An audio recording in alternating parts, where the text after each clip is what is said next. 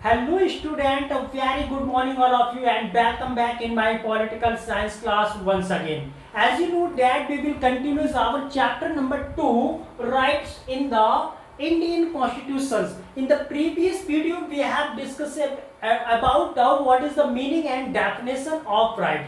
As you know that there are only 6 fundamental rights in our Indian constitutions, and we adopted the fundamental rights from the USA constitutions. A very great examples given in your textbook 1982 Asian Games, and the correlation between the fundamental rights and 1982 Asian Games.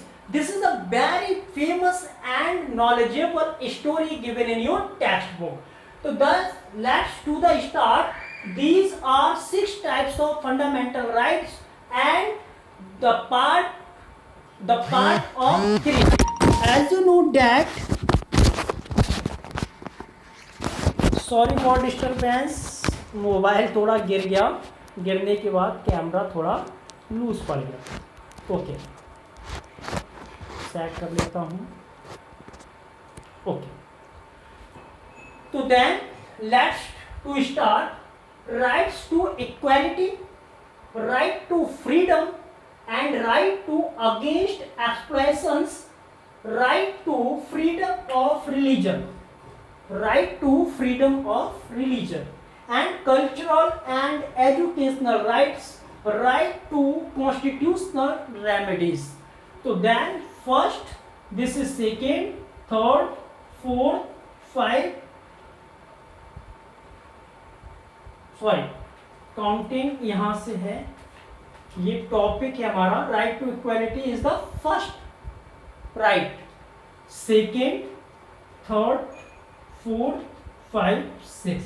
In this way these are 6 types of fundamental rights in our Indian constitutions.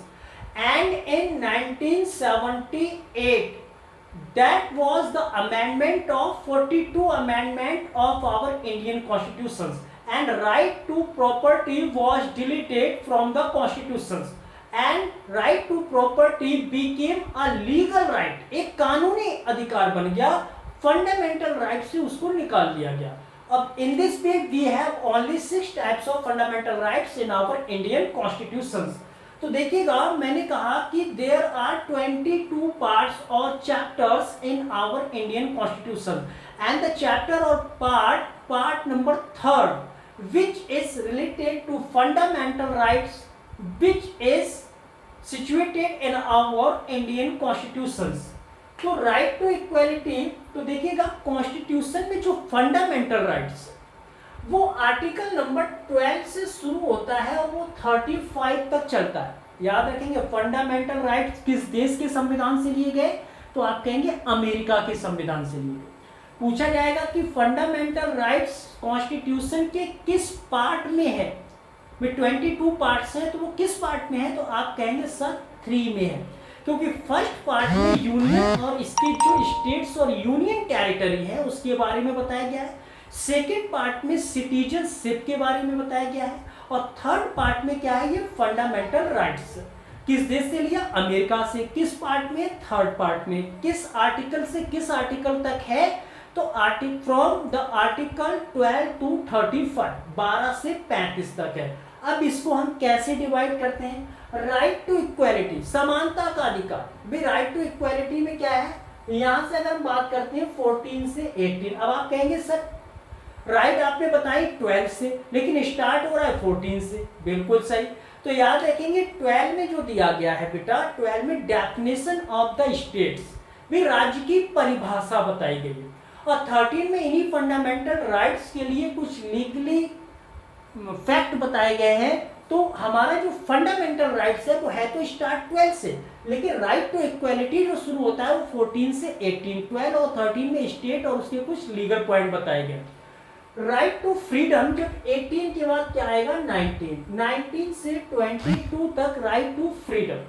फिर इसके बाद right to against एक्सप्लॉइटेशंस का मतलब होता है शोषण के विरुद्ध अधिकार। अब हम किसी का शोषण नहीं कर सकते भी। अंग्रेज लोग क्या करते थे, जबरदस्ती हमसे और आपसे काम ले लेते थे और उसकी वेजेस भी नहीं देते थे। आज अगर हम किसी मजदूर से बिना पैसे का काम करा लेंगे और अगर वो पुलिस स्टेशन पहुंच गया तो हम क्या हो जाएंगे, हमें जेल में जाना पड़ेगा। क्यों? क्योंकि आज हम किसी भी व्यक्ति से कोई जबरदस्ती काम नहीं ले सकते। तो ये जो आर्टिकल आता है ये आता है 23 से 24 और इसी आर्टिकल नंबर 24 में कहा गया है कि जो भी बालक या बच्चा, चिल्ड्रन, जिसकी एज 14 ईयर से बिलो है, वो किसी भी खतरनाक फैक्ट्री जहां पे क्रैकर्स बनते हैं या केमिकल्स बनते हैं, उन खतरनाक या जोखिम भरी फैक्ट्रियों में काम नहीं करेगा और यदि काम करते हुए पकड़ा गया तो उस फैक्ट्री पर एक्शन लिया जाएगा। लेकिन इसके पीछे कुछ अपवाद है। अगर वो लड़का 14 साल से कम है और उसके माता पिता क्या है, भी कमाने में असमर्थ है, तो भी उसी को तो पूरी रिस्पॉन्सिबिलिटी उसी बच्चे की है ना, तो इस स्थिति में तो वो काम कर सकता है। तो कॉन्स्टिट्यूशन में कुछ क्या दिए गए, राइट दिए गए, तो कुछ उसमें प्रोविजंस भी लगाए गए। फिर हम बात करते हैं right to freedom of religion. जब 24 फिनिश हो गया तो यहाँ पे क्या आ जाएगा 25 to 28। Cultural and educational right 29 to 30 and last right to constitutional remedies, ये आ जाएगा only article number 32। Constitutional right to constitutional remedies is a very most important fundamental rights in our Indian Constitution, which is gives for the every citizens of India. And Dr. Bhimrao Ambedkar says in the Constituent Assembly that constitutional remedies is a very important right, and that right is also known as the heart of the Constitution. वो heart है में। अगर ये constitutional rights हमको remedies नहीं मिलेगा तो ये जितने हमको फंडामेंटल राइट्स मिले ये सब बेकार हो जाएंगे।